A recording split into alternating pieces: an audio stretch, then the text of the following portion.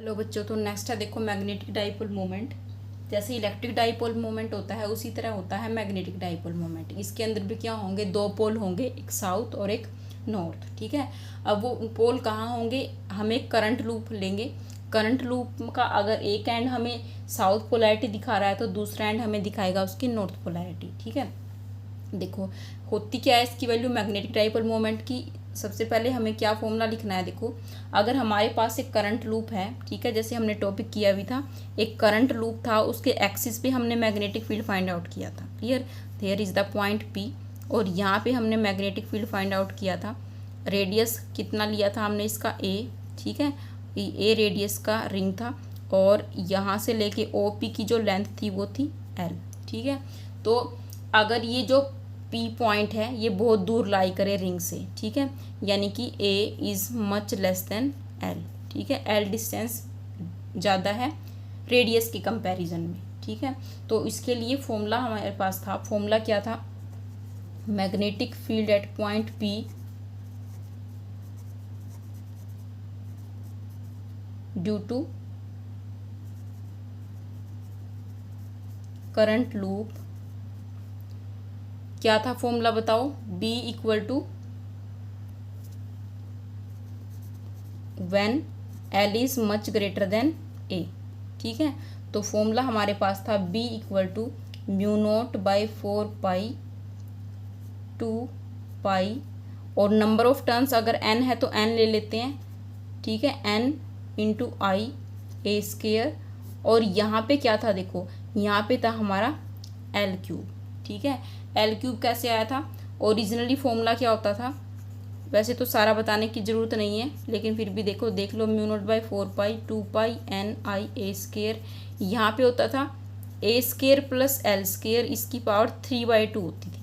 ठीक है, तो अगर एल बड़ा है ए के कंपैरिजन में तो ए को क्या करेंगे, यहाँ पे नेगलेक्ट कर देंगे, तो ए को नेगलेक्ट करने के बाद यहाँ पे हमारा आ जाता था एल क्यूब। ठीक है, ये फॉर्मूला हमारे पास था।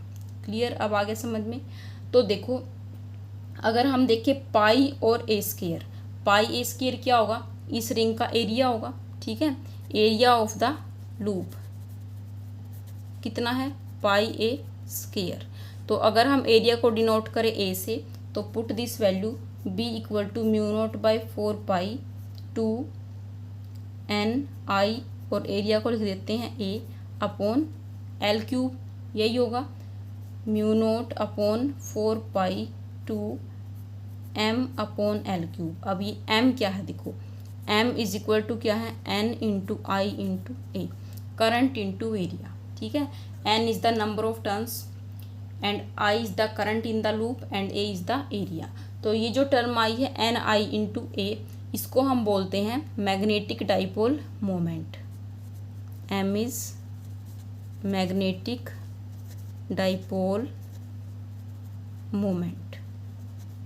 Clear, so this is the formula for magnetic dipole moment.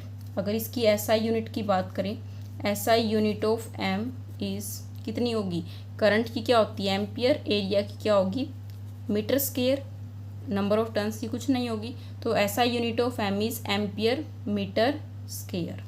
Clear, अब देखो दो पोल कैसे बनेंगे, अगर जो रिंग है, देखो अगर रिंग हमें ऐसे प्लेन ऑफ पेपर के अंदर रखी हुई है हमने, लूप जो है, अगर हम करंट देखें इस तरह से, देखो किस डायरेक्शन में करंट है, ये क्लॉकवाइज डायरेक्शन में। तो क्लॉकवाइज डायरेक्शन में जब करंट बनेगा तो उसको हम लेंगे साउथ पोलैरिटी। ये हमें इस तरह से नज़र आ रहा है, देखो करंट ऐसे जा रहा है, यहाँ इधर आ रहा है, यहाँ से इधर जा रहा है, तो देखो इसको हम एस लेटर की तरह मान सकते हैं। तो एस मीन्स क्या है, साउथ। तो याद रखना है, अगर करंट क्लॉकवाइज डायरेक्शन में फ्लो कर रहा है तो हमारे पास है साउथ पोलैरिटी, और इसी रिंग को अगर हम पीछे की डायरेक्शन से देखेंगे, ठीक है, सेम ही लूप को अगर हम पीछे की डायरेक्शन से अगर देखें तो हमें यहाँ पे करंट नज़र आएगा एंटी क्लॉकवाइज डायरेक्शन में। ठीक है, एंटी क्लॉकवाइज डायरेक्शन में नज़र आएगा, तो यहाँ पे हम इस तरह से मान सकते हैं कि करंट जो है ऐसे जा रहा है, तो एन लेटर यहाँ पे हमारा बन रहा है। ठीक है, एन मीन्स क्या हो जाएगा, नॉर्थ। ठीक है, अगर एंटी क्लॉकवाइज डायरेक्शन में करंट है तो नॉर्थ पोलैरिटी, अगर क्लॉकवाइज डायरेक्शन में है तो साउथ पोलैरिटी। तो एक ही रिंग का एक फेस अगर साउथ पोलैरिटी अटेन कर रहा है तो दूसरा फेस उसका क्या होगा, नॉर्थ पोलैरिटी। तो एक ही रिंग के अंदर दोनों पोल बन रहे हैं तो इसका मीन्स वहाँ पे मैग्नेटिक डाइपोल मोमेंट हमारा एग्जिस्ट करेगा। क्लियर ये चीज़, यानी if current clockwise then south polarity,